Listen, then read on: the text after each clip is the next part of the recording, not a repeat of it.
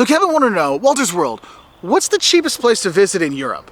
Well, if you want to talk about cheap countries to visit where, eating and accommodation are cheap, well, you have places like Lithuania, you've got Albania, you've got, Poland. Those are all places that have a very affordable place you can go, cheap eats, cheap drinks, and cheap stays, okay?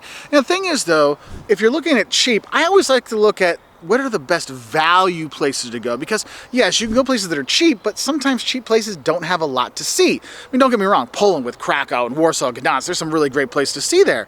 But sometimes cheap just means there's only a few places and you're like, oh, it's cheap, but what else can I do?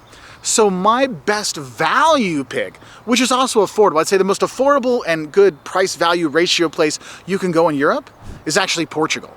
Yes, Portugal with its beautiful beaches, great food, super nice people, they speak a lot of English, historical sites, and good on your budget for food, good on your budget for accommodation, good on your budget for tours.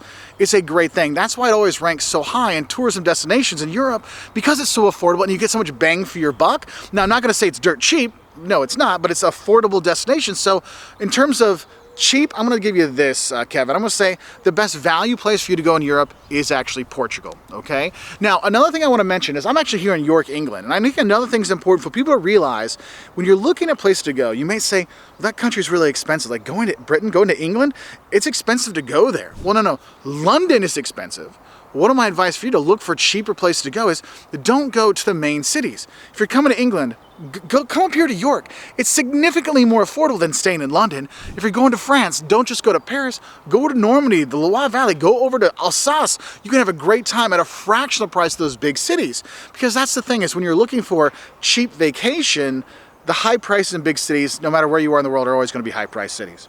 Go look for smaller parts of the country or smaller cities in the country, different parts of the country you might find great deals to enjoy. So you're not skipping England because you think it's too expensive. Because honestly, coming here to North England, there's got some great prices and great food and great fun when you come here at a fraction of the price that you'd pay going to London. All right, so Kevin, I hope this little lecture on cheap place to go in Europe can help you out. And I ask you all, what are some great cheap places to go in Europe? Or I would say, what are some great value places for you to go in Europe that you've found over the years?